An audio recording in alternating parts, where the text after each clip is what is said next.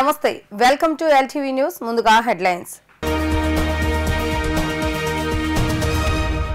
TDP అధినేత చంద్రబాబు నాయుడుతో జనసేన అధినేత పవన్ కళ్యాణ్ కీలక భేటీ ఎన్డీఏలో చేరిక బీజేపీతో సీట్ల సర్దుబాటు విషయాలపై చర్చించుకున్న ఇరువురు నేతలు ఆత్మకూరులో పర్యటించిన మంగళగిరి నియోజకవర్గ వైసీపీ ఇన్ఛార్జ్ లావణ్య మంగళగిరి నియోజకవర్గ ప్రజలు తప్పక తనను గెలిపిస్తారని ధీమా టీడీపీ అధినేత చంద్రబాబు నాయుడుపై మంత్రి చెలుబోయిన వేణుగోపాలకృష్ణ ఫైర్ బీసీలను నమ్మించి చంద్రబాబు నాయుడు మోసం చేస్తారని ఆగ్రహం ఇప్పటం గ్రామంలో మంచినీరు తాగి అస్వస్థతకు గురైన గ్రామ ప్రజలకు తక్షణమే మెరుగైన వైద్య సేవలు అందించాలని టీడీపీ మండల అధ్యక్షులు అమర సుబ్బారావు డిమాండ్ చేశారు 30 కోట్ల రూపాయలతో ఇప్పటం గ్రామాన్ని అభివృద్ధి చేస్తామంటూ ఆర్భాటం చేసిన ఎమ్మెల్యే ఆర్కేకి ప్రజలు తాగే మంచినీటి ట్యాంకును శుభ్రం చేయించడం తెలీదా అని ఆగ్రహం వ్యక్తం చేశారు. ఎంటీఎంసీ పరిధిలో గల ఇప్పటం గ్రామ ప్రజలు కలుషిత నీరు త్రాగి అస్వస్థతకు లోనయ్యారు. గ్రామ సచివాలయం వద్ద అధికారులను నిలదీసిన గ్రామ ప్రజలు మాట్లాడుతూ రోడ్లు డ్రైన్లు లైట్లు వేశామంటూ 3 రోజుల కిందట హడావుడి చేసిన ఆర్కే ప్రజలు అనారోగ్య పాలైతే చూడటానికి కూడా రాలేదని ఆగ్రహం వ్యక్తం చేశారు.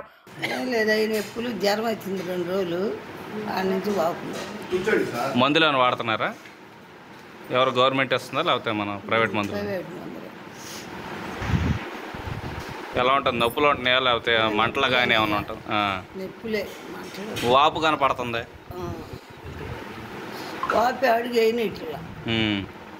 నడవలేకపోతున్నారు. నీళ్ళు ఏమి వాడతారు మీరు తాగడానికి? కానీ మినరల్ వాటరా? మరి ఈ ప్రభుత్వం ఏర్పడినాక ఆ మంచినీళ్ళ ట్యాంకీని క్లీన్ చేయటం లేదు. దానివల్ల పైప్ లైన్లు కానీ వాటర్ ట్యాంక్ కానీ మనం చూసుకున్నట్లయితే అదిగో మనకి వెనక భాగంలో ఉన్న వాటర్ ట్యాంక్ కూడా ఏ రకంగా ఉందో ఒక్కసారి అందరూ కూడా గమనించాలి. ఇక్కడ ఇప్పటంలో అవసరం లేని రోడ్లకి కోట్ల రూపాయలు ఖర్చు పెట్టామని ఇక్కడ లోకల్ నాయకులు ఎమ్మెల్యే ఆర్కే గారు చెబుతున్నారు. ఆ రోజున పేద ప్రజలను కూడా భయభ్రాంతులకు గురి చేసి ఇల్లు వాళ్ళ పహరీ గోడలు అవన్నీ పగలగొట్టారు ఈ వైకాపా ప్రభుత్వం నాయకులు. కనీసం రోజు అవసరానికి వాడుకునే మంచినీటి ట్యాంకీని మాత్రం ఇక్కడ అధికారులకు కానీ ఎమ్మెల్యే ఆర్కే కానీ ఈ సచివాలయ సిబ్బందికి కానీ కానరాల. సచివాలయానికి ఎదురుగా ఉంది ఆ ట్యాంకీ. సిబ్బంది కూడా కనీసం ప్రజల ప్రాణాలతో చెలగాటమాడుతున్నారు. ఏంటని ఇప్పటం గ్రామ ప్రజలు అడిగితే ఫండ్స్ లేవని చెబుతున్నారు. మాకు అధికారులు ఆదేశాలు ఇవ్వలేదని చెబుతున్నారు. అంటే ఈ సచివాలయం వ్యవస్థ ఎంత మొద్దు నిద్రలో ఉందో ఒక్కసారి అందరూ గమనించాలి. మున్సిపల్ కమిషనర్ నిర్మల్ కుమార్ అస్వస్థతకు గురైన వారిని చూసి నీటిని పరీక్షించి తగు చర్యలు చేపడతామని సామరస్యంగా చెప్పటాన్ని గ్రామ ప్రజలు తప్పుపట్టారు. గ్రామ అభివృద్ధి పేరుతో ఇసుక మట్టి అమ్ముకోవటమే వైసీపీ ప్రభుత్వానికి తెలుసని, ప్రజల ఆరోగ్యంపై శ్రద్ధ లేదని జనసేన మండల అధ్యక్షులు పాముల నాగేశ్వరరావు ఎద్దేవా చేశారు. కలుషిత నీరు త్రాగి అస్వస్థతకు లోనైన ప్రజలను వెంటనే మెరుగైన వైద్యం అందించుకుంటే జనసేన టీడీపీ ఆధ్వర్యంలో నిరాహార దీక్ష చేపట్టేందుకు సిద్ధమని హెచ్చరించారు. 30 కోట్లు ఖర్చు పెట్టామని ఒకసారి, 1,50,00,000 ఖర్చు పెట్టామని ఒకసారి ఇలా చెప్తున్నారు. నిన్నగాక మొన్న ఈ రోడ్డు ఇక్కడ రోడ్డు విస్తరణ పనుల్లో భాగంగా వచ్చి 30 కోట్లు ఖర్చు పెట్టామని చెబుతున్నారు. 30 కోట్లు ఖర్చు పెట్టి ఇప్పటానికి చేసిన అభివృద్ధి ఏంది అని అంటే, ఇప్పుడు ఏదైతే మేము చెప్తున్నామో ఇక్కడ త్రాగునీరు ఉంది, ఆ త్రాగునీరు ట్యాంకీని ఇంతవరకు శుభ్రం చేయకుండా దాన్ని అలాగే వదిలేసి ఆ త్రాగునీరుతో అనుసంధానంగా వచ్చేటటువంటి మినరల్ వాటర్ ప్లాంట్లకు వచ్చే నీళ్లు ఆ నీళ్లే కాబట్టి ఆ నీళ్లు తాగిన ఇప్పటం గ్రామ ప్రజలందరూ 100 మంది 150 మందికి దగ్గరగా ఇక్కడ అనారోగ్యంతో పాలై ఉన్నారు. దాన్ని ఇక్కడ మా లోకల్ నాయకులందరూ దాన్ని మీడియా దృష్టికి తీసుకొచ్చి ఏదైతే దాన్ని మీడియా ద్వారా తెలియపరిచారో దాన్ని చూసి వెంటనే ఇవాళ కమిషనర్ గారు వచ్చి ఏదో ఇక్కడ నీటిని శాంపిల్స్ తీసాం, వాటిని కరెక్ట్ గా ఉన్నాయా లేవా అని శాంపిల్స్ పంపించామని చెప్పి చేతి దులుపుకునే మార్గం చేశారు తప్పించి ఇక్కడ ఆర్కే గారు వచ్చారు. అలాగే వైసీపీ నాయకత్వం అంతా అగ్రనాయకత్వం అంతా వచ్చింది. ఊళ్ళో జరుగుతున్న ఇబ్బందులు పట్టించుకోకుండా 30 కోట్లు ఖర్చు పెట్టి అర రోడ్డు వేసి సరిగ్గా అవున డ్రైనేజీలతోనే ఓపెన్ చేయడానికి వచ్చారు. దీన్ని బట్టి అర్థం చేసుకోవాలి వైసీపీ గవర్నమెంట్ ఏ స్థాయిలో ప్రజల కోసం చిత్తశుద్ధిగా పనిచేస్తుందా లేదా అనేది తెలుసుకోవాలి. ప్రకాశం, నెల్లూరు, వైఎస్ఆర్ జిల్లాలో దుర్భిక్ష ప్రాంతాల ప్రజల దశాబ్దాల కళ వెలుగొండి ప్రాజెక్టును ముఖ్యమంత్రి వైఎస్ జగన్మోహన్ రెడ్డి సాకారం చేశారు. శ్రీశైలం ప్రాజెక్టు నుంచి వెలుగొండి ప్రాజెక్టులో అంతర్భాగమైన నల్లమల సాగర్ కు కృష్ణా జలాలను తరలించేందుకు గాను వీలుగా మొదటి టెనాల్ను 2021 జనవరి 13 నాటికి పూర్తి చేయించిన సీఎం వైఎస్ జగన్ రెండో టెనల్ తవ్వకం పనులను ఈ ఏడాది జనవరి 21 నాటికి పూర్తి చేయించి వెలుగొండ ప్రాజెక్టును సీఎం వైఎస్ జగన్మోహన్ రెడ్డి ఇవాళ జాతికి అంకితం చేశారు. నాడు తండ్రి వైఎస్ రాజశేఖర రెడ్డి శంకుస్థాపన చేశారు. నేడు కొడుకుగా సీఎం హోదాలో వైఎస్ జగన్మోహన్ రెడ్డి ప్రారంభోత్సవం చేశారు. యుద్ధ ప్రాతిపదికన వెలుగొండ ప్రాజెక్టు జంట సొరంగాలు పూర్తి చేయించారు. ఆసియాలోని అత్యంత పొడవైన సొరంగాలను పూర్తి చేసిన ప్రభుత్వం ఎన్నికల్లో ఇచ్చిన మరో హామీని సీఎం వైఎస్ జగన్మోహన్ రెడ్డి నిలబెట్టుకున్నారు. ఈ పూల వెంకట సుబ్బయ్య వెలుగొండ ప్రాజెక్టును అప్పట్లో నాన్నగారు, ఆ దివంగత నేత ప్రీతమ నాయకుడు రాజశేఖర రెడ్డి గారు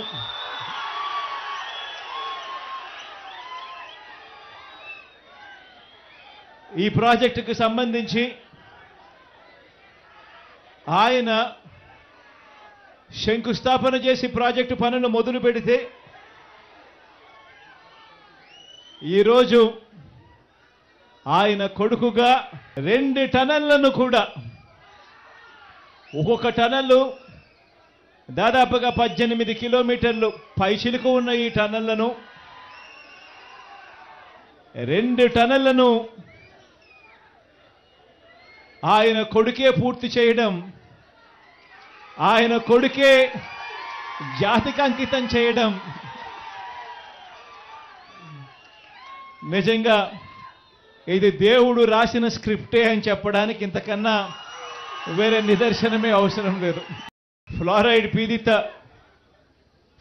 పీడిత ప్రాంతమైన ఈ ప్రాంతాలకు అన్నిటికీ కూడా మంచి జరిగే కార్యక్రమం జరుగుతుంది అని తెలిసినా కూడా ఎర్రగొండపాలెం, దర్శి, గిద్దలూరు, కనిగిరి, ఉదయగిరి, ఆత్మకూరు, బద్వేల్ ఇన్ని నియోజకవర్గాలకు కూడా మంచి జరుగుతుంది అని చెప్పి కూడా తెలిసి కూడా ఈ టనళ్లు పూర్తి చేయడంలో నడకన పనులు జరిగాయి గత చంద్రబాబు నాయుడు గారి తెలుగుదేశం పార్టీ హయాంలో. ఆశ్చర్యం కలిగించే విషయం ఏమిటి అంటే 2 టనళ్లు ఉన్నాయి.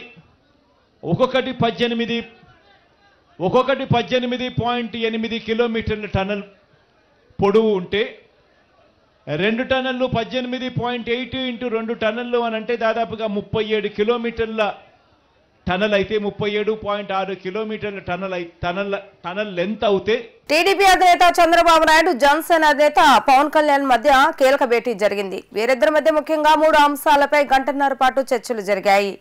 ఎన్డీఏలో చేరిక, బీజేపీతో సీట్ల సర్దుబాటు, ఢిల్లీ పర్యటనపై ప్రధానంగా చర్చ జరిగినట్లు తెలుస్తోంది. రాష్ట్రంలో జనసేనకు ఇచ్చిన సీట్లు, 2 పార్టీల మధ్య సమన్వయం వంటి అంశాలపై కూడా చర్చలు జరిగాయని సమాచారం. సమన్వయం కోసం ఒక కమిటీ వేస్తే ఎలా ఉంటుందనే అంశంపై కూడా చర్చలు జరుగుతున్నాయి. బీజేపీతో సీట్లు సర్దుబాటుపై చర్చల తర్వాత మొత్తం సీట్లను ఒకేసారి ప్రకటించాలని నిర్ణయించినట్లుగా తెలుస్తోంది.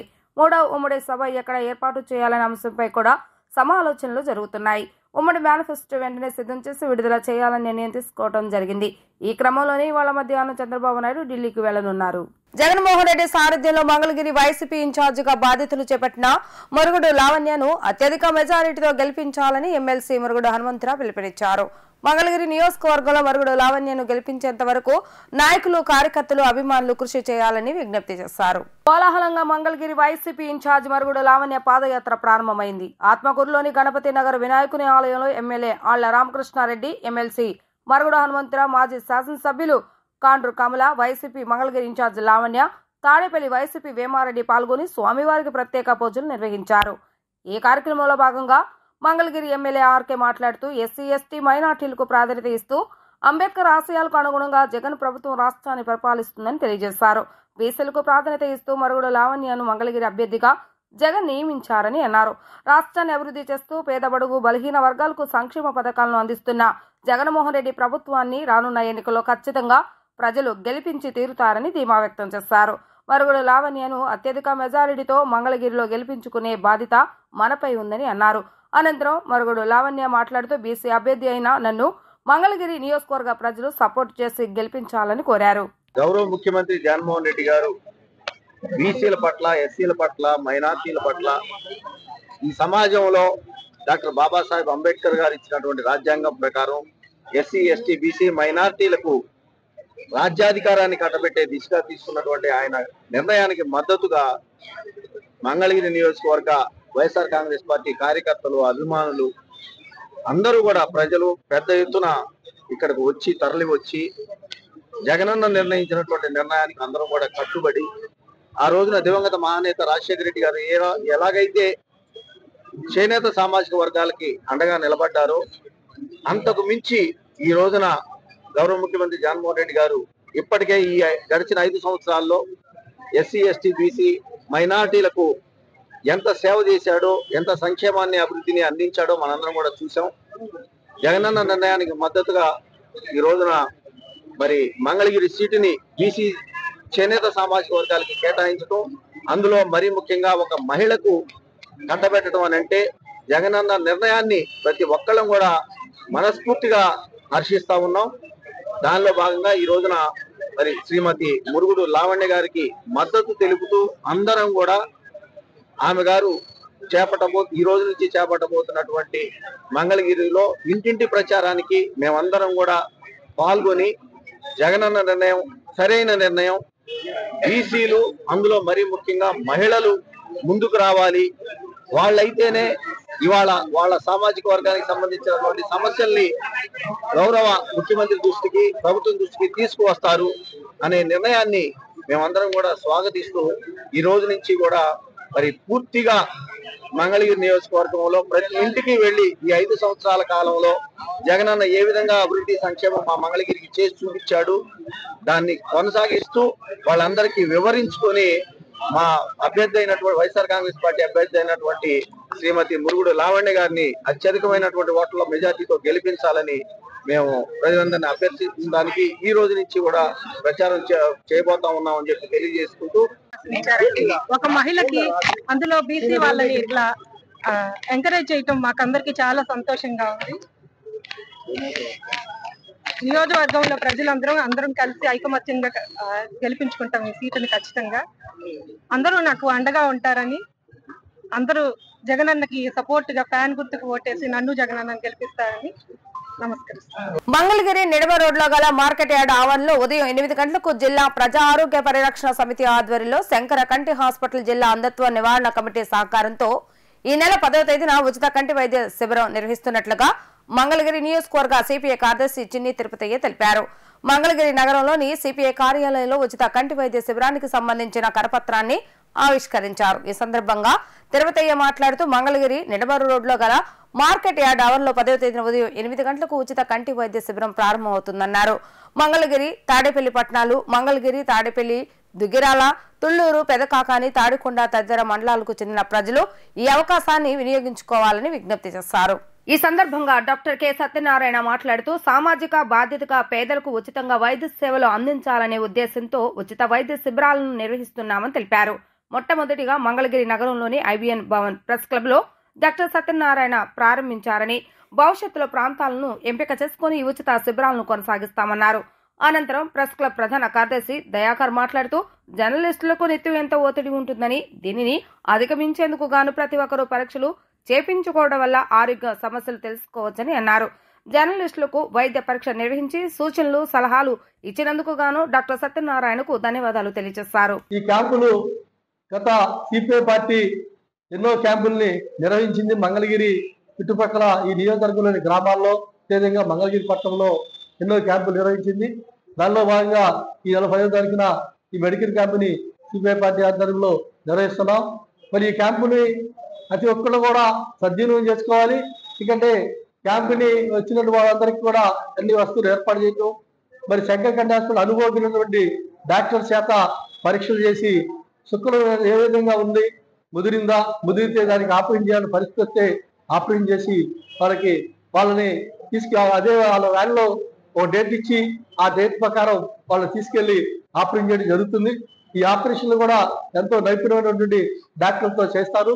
చేసినాక మళ్ళీ ఒక రోజు కళ్ళజోళ్ళ పంపిణీ కూడా చేయడం జరుగుతుంది. ప్రజారోగ్య పరిరక్షణ సమితి ఆధ్వర్యంలో శంకరకంటి హాస్పిటల్ వారి సౌజన్యంతో 2 సంఘాలను కలిపి భారత కమ్యూనిస్టు పార్టీ ఆధ్వర్యంలో ఇప్పటికీ 7 సార్లు శిబిరం నిర్వహించడం జరిగింది. 7 సంవత్సరాల పాటు వరుసనే. కొన్ని అనివార్య కారణాల వల్ల ప్రభుత్వము 20 కిలోమీటర్ల లోపు పర్మిషన్ ఇవ్వని కారణంగా ఈ గత 4 సంవత్సరాల నుంచి ఈ శిబిరం ఆపడం జరిగింది. మళ్ళీ ప్రభుత్వం నుంచి పర్మిషన్ తీసుకున్న తర్వాత ఈ రోజున అంటే రేపు 10వ తేదీ నుంచి మళ్ళీ ప్రజారోగ్య పరిరక్షణ సమితి, భారత కమ్యూనిస్ట్ పార్టీ, శంకరకంటి హాస్పిటల్ ముగ్గురు ఆధ్వర్యంలో ఉచిత కంటి వైద్య శిబిరం జరుగుతూ ఉంది. ఈ ప్రజారోగ్య పరిరక్షణ సమితి ఆధ్వర్యంలో ఇప్పటికీ 3542 మందికి హాస్పిటల్లో శస్త్రచికిత్సలు చేయించడం జరిగింది. ఆపరేషన్లు చేయించడం, వాళ్ళందరికీ కళ్ళజోడు కూడా ఇవ్వడం జరిగింది. కనుక ప్రత్యక్షంగా శిబిరం ద్వారా కానీ వ్యక్తిగతంగా కూడా కొంతమందిని తీసుకెళ్లి ఆపరేషన్ చేయించడం కూడా జరిగింది. కనుక రేపు జరగబోయే 10వ తేదీన ఈ శిబిరంలో మంగళగిరి మండలం, దుగ్గిరాల మండలం, తుళ్ళూరు మండలం, తాడికొండ మండలం, ఈ 4 మండలాలు కలిపి ఖచ్చితంగా ఎవరైతే ఈ శుక్లాలు ఉన్నాయో వాళ్ళందరూ కూడా వచ్చి చెక్ చేయించుకొని ఆపరేషన్ చేయించుకోవడానికి మీరందరూ కూడా రావాలని విజ్ఞప్తి చేస్తున్నాం. సీనియర్ వైద్యులు డాక్టర్ కె సత్యనారాయణ ఆధ్వర్యంలో మంగళగిరి నగరంలోని IBN భవన్ ప్రెస్ క్లబ్ నందు ఉచిత వైద్య శిబిరాన్ని నిర్వహించారు.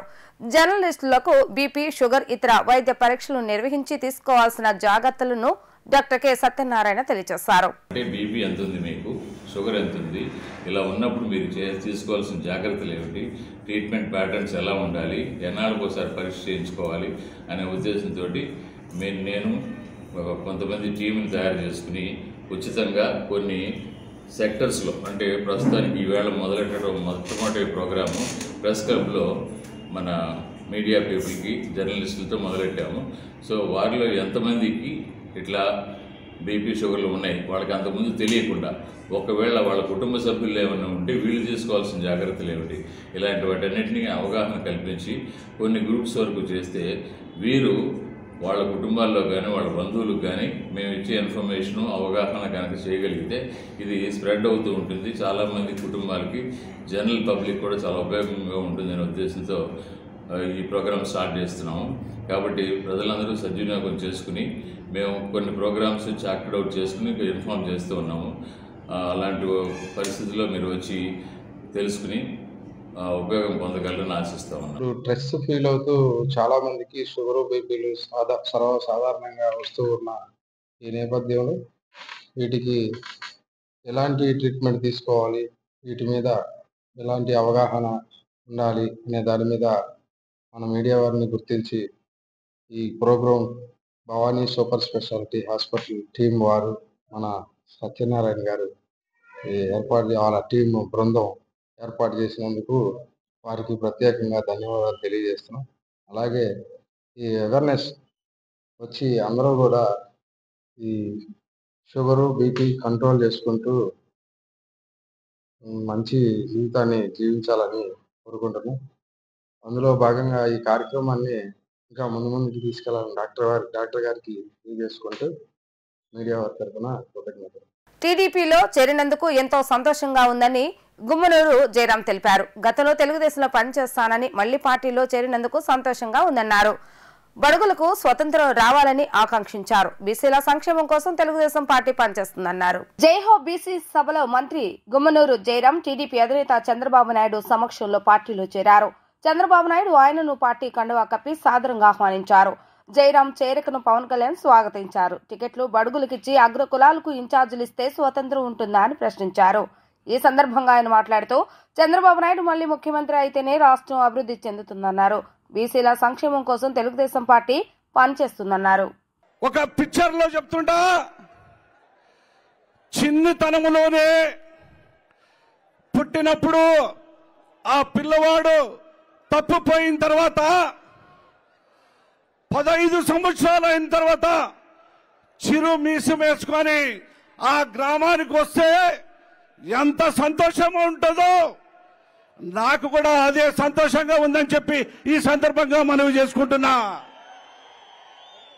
ఈ మాట ఎందుకు చెప్తున్నా తెలుసా? 2009 ఎన్నికల్లో నేను అప్పుడు తెలుగుదేశం పార్టీలో ఉన్నవాడిని, జడ్పీటీసీగా ఉన్నవాడిని. ఆ రోజు తప్పిపోయిన వాడు ఈ రోజు నేను ప్రత్యక్షమయ్యాని చెప్పేసి ఈ సందర్భంగా మనందరికీ మనవి చేసుకుంటున్నా. అన్నలారా, 5 కోట్ల ప్రజలు కూడా మనందరం కలిసికట్టుగా మన గ్రామాల్ని అభివృద్ధి చేసుకునేదానికి, గ్రామం బాగుంటేనే దేశం బాగుంటుందనే నినాదంతో తీసుకురావాలంటే మన ముఖ్యమంత్రి నారా చంద్రబాబు నాయుడు గారు అయితేనే ఈ గ్రామ అభివృద్ధికి తోడ్పడుతుందని చెప్పి ఈ సందర్భంగా మనవి చేసుకుంటున్నా. పెద్ద అయినా చంద్రబాబు అన్నగారు నేను మనవి చేసుకుంటున్నా, ఎస్సీ ఎస్టీ బీసీలకు స్వతంత్రం కావాలన్నా అన్న మా పల్లి భాషలో చెప్తారు, అన్న దేశాంతరం పోయినా స్వతంత్రం కావాలని చెప్పేసి మా వాళ్ళు అడుగుతారన్నా. ఆ స్వతంత్రం మీరు ఇస్తారని చెప్పేసి నేను నమ్ముతూ వచ్చానన్నా. ఈ మాట ఎందుకు చెప్తున్నానంటే, జిల్లాలో ఎస్సీ సోదరులు, ముస్లిం సోదరులు, బీసీ సోదరులు ఎంతమంది ఉన్న ఎమ్మెల్యేలకు బీసీ డిక్లరేషన్ అనే copy paste programme Chandrababu Naidu ప్రదర్శించాడని మంత్రి చెల్లుబోయిన వేణుగోపాలకృష్ణ విమర్శించారు. బీసీలను నమ్మించి దగా చేసిన పార్టీ టీడీపీ, రాజ్యాంగ విలువలను ఏమాత్రం కాపాడిన పార్టీ టీడీపీ. బీసీలను దగా చేసిన నాయకుడు చరిత్ర తీస్తే మొదటి పేరు చంద్రబాబు నాయుడు అంటూ ధ్వజమెత్తారు. సేమ్ వైఎస్ జగన్మోహన్ రెడ్డి ఇచ్చిన ప్రతి హామీని నెరవేర్చిన నాయకుడని ఆయన పొగిడారు. రాజమండ్రిలో ఏర్పాటు చేసిన విలేకరుల మీడియా సమావేశంలో మంత్రి చెలుబైన వేణు మాట్లాడుతూ చంద్రబాబు నాయుడు ఏ రోజైనా మేనిఫెస్టోను అమలు చేస్తారా అంటూ దుయ్యబట్టారు. బీసీలను మోసం చేసిన వ్యక్తి చంద్రబాబు నాయుడు అని మండిపడ్డారు. బీసీలను అన్ని చోట్ల ప్రాధాన్యత ఇచ్చిన నాయకుడు సీఎం వైఎస్ జగన్మోహన్ రెడ్డి అని కొనియాడారు. బీసీలను ఓటు బ్యాంకుగానే వాడుకున్న వ్యక్తి చంద్రబాబు నాయుడు. అధికారంలో ఉన్నప్పుడు బీసీలను చంద్రబాబు నాయుడు పట్టించుకోలేదు అంటూ ధ్వజమెత్తారు. ప్రతి 5 ఏళ్లకు ఒకసారి బీసీలు మోసగించడం చాలా సులభం అని నమ్మిన వ్యక్తి చంద్రబాబు నాయుడు అని మండిపడ్డారు. టీడీపీ ఆశయాలు, లక్ష్యాలు ఎన్టీ రామారావుతోనే కనుమరుగైపోయాయని, ఎన్టీఆర్ ఆశయాలను తొంగలో తొక్కి ఓట్ల కోసం ఆయన పేరు మాత్రం జపం చేస్తున్నాడని మండిపడ్డారు. 2009లో ఆల్ ఫ్రీ అన్నాడు. బీసీల కోసం 142 హామీలు ఇచ్చాడు. అందులో ఎన్ని హామీలను అమలు చేశారు? ఒకటి కూడా అమలు చేయలేదని మంత్రి నిప్పులు చెరిగారు. నిన్న బీసీ డిక్లరేషన్ అని ఒక కాపీ పేస్ట్, బీసీ డిక్లరేషన్ అనేటువంటి ఒక కాపీ పేస్ట్ ప్రోగ్రామ్ని నిన్న ప్రదర్శించాడు. అంటే బీసీల గురించి మాట్లాడేటువంటి నైతిక అర్హత లేనివాడు చంద్రబాబు నాయుడు. తెలుగుదేశం పార్టీ నమ్మించి దగా చేసినటువంటి పార్టీ తెలుగుదేశం పార్టీ. బీసీలు నమ్మి నడిస్తే అతి ఘోరంగా మోసగించినటువంటి పార్టీ తెలుగుదేశం పార్టీ. సూటిగా అడుగుతున్నాను, 1995లో మీరు ముఖ్యమంత్రి అయ్యారు. 2007, 2006 నాటి వరకు కూడా 2004లో మీరు ముఖ్యమంత్రిగా దిగిపోయే నాటికి బీసీలకు రాజ్యాంగపరమైనటువంటి హక్కు, ఆలోచన ఏమైనా చేశారా? బీసీలను దగాలు చేసినటువంటి నాయకులు చరిత్ర తీస్తే ప్రప్రథముడు, బీసీలను దగా చేసిన నాయకులు చరిత్ర తీస్తే ప్రప్రథముడు చంద్రబాబు నాయుడే. 2009లో ఆల్ ఫ్రీ అన్నాడు. 14లో చంద్రబాబు నాయుడు గారు, నేను సూటిగా అడుగుతున్నాను, ఒక బీసీ బిడ్డగా 142 హామీలు ఇచ్చారు బీసీల కోసం. 142 హామీలు ఇచ్చారు. ఆ మేనిఫెస్టో ఎక్కడుందో తెప్పించుకోండి. మీరు మర్చిపోతారు, జనాన్ని మర్చిపోయారు అనుకుంటారు. ఆ లిస్టుని ఎందుకు మాయం చేశారు?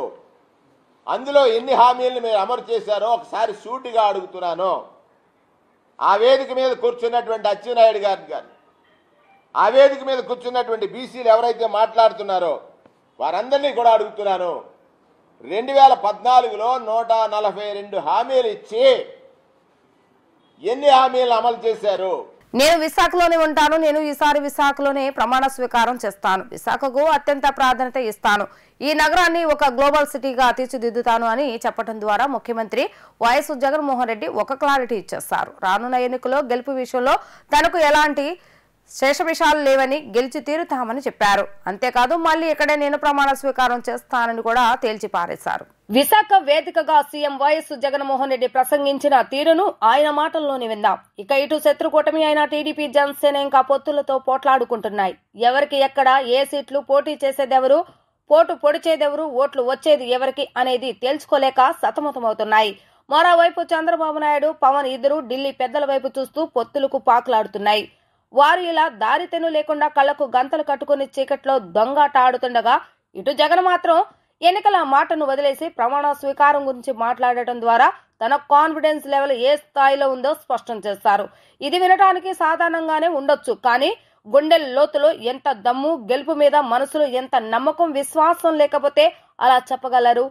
ఇంకా మ్యాచ్ కోసం ప్యాడ్స్, హెల్మెట్స్ కట్టుకొని ఆటగాళ్లు క్రీజులోకి రాకముందే ఇటువైపు ఉన్న జట్టు గెలుపును ఖరారు చేసినట్లుగా జగన్ చేసిన ప్రసంగం క్యాడర్లో గొప్ప ఊపు తెచ్చాయి. ఎస్, ఈసారి మళ్లీ గెలుస్తాం, మనమే గెలుస్తాం. ఎందుకు గెలం? మనమేం తక్కువ చేశాం? రాష్ట్రంలోని ఏ వర్గాన్ని వదలకుండా సంక్షేమం ఇచ్చాము, ఏ ప్రాంతాన్ని మర్చిపోకుండా అభివృద్ధిని పరిచయం చేశాం. గత 70 ఏళ్లలో ఏనాడు చట్టసభల ముఖం చూడని కొన్ని అణగారిన వర్గాల వారికి పదవులిచ్చి, పథకాలిచ్చి, చేయి పట్టుకుని చట్ట సభలకు తీసుకొచ్చి కూర్చోబెట్టాం. పేదవాడి కంచంలో అన్నం ముద్దయం, చదువుకునే పిల్లాడి చేతిలో పలకలయం, పేదింటి ఆడబిడ్డకు తోడయాం, పండాటుకుల చేతిలో ఓతకరలయం. మరి మనకన్నా తోపులెవరు, మనకన్నా గొప్ప పాలకులెవరు? ఎస్, అందుకే మళ్ళీ మనమే వస్తున్నాం అనే కాన్ఫిడెన్స్ క్యాడర్లో నింపిన జగన్ స్పీచ్ అందరినీ ఆకట్టుకుంది. నా ప్రమాణ స్వీకారం విశాఖలోనే అంటూ వేదికను సైతం ప్రకటించడం ద్వారా యుద్ధం ముగిసింది. ఇక మీరు ఇళ్లకు వెళ్లొచ్చు అనే సంకేతం ప్రతిపక్షాలకు జగన్ ఇచ్చారు. ఇక ఇటు మాత్రం ఇంకా వాళ్ళ సీట్ల కోసం స్థానాలకు లక్కీ డ్రా వేసుకుంటూనే ఉన్నారు.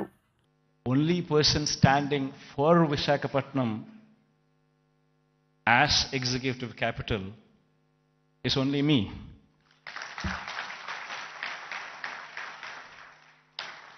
Unfortunately, this is the reality. Fighting against the entire opposition, fighting against vested interests of the media, everybody wanting that Visakhapatnam is not declared as executive capital. This is the reality. Everybody should keep this in mind, understand this reality. Now, moving further, Vizag would have to develop. I'm assuring you, we have court cases going on, we have so many people trying to oppose everything. But I'm assuring you, post-election, my stay would be in Vizag. In fact, my swearing-in ceremony also would be in Vizag. వార్తలు ముగించే ముందు headlines మరొకసారి. TDP అధినేత చంద్రబాబు నాయుడుతో జనసేన అధినేత పవన్ కళ్యాణ్ కీలక భేటీ, ఎన్డీఏలో చేరిక, బీజేపీతో సీట్ల సర్దుబాటు విషయాలపై చర్చించుకున్న ఇరువురు నేతలు. ఆత్మకూరులో పర్యటించిన మంగళగిరి నియోజకవర్గ వైసీపీ ఇన్ఛార్జ్ లావణ్య, మంగళగిరి నియోజకవర్గ ప్రజలు తప్పక తనను గెలిపిస్తారని ధీమా.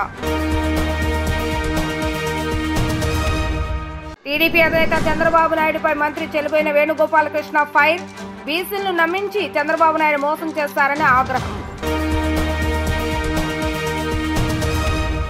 ఇవి ఈ రోజు వార్తా విశేషాలు. మరలా తిరిగి ప్రసారం వార్తలు మళ్ళీ కలుద్దాం. అంతవరకు సెలవు, నమస్కారం.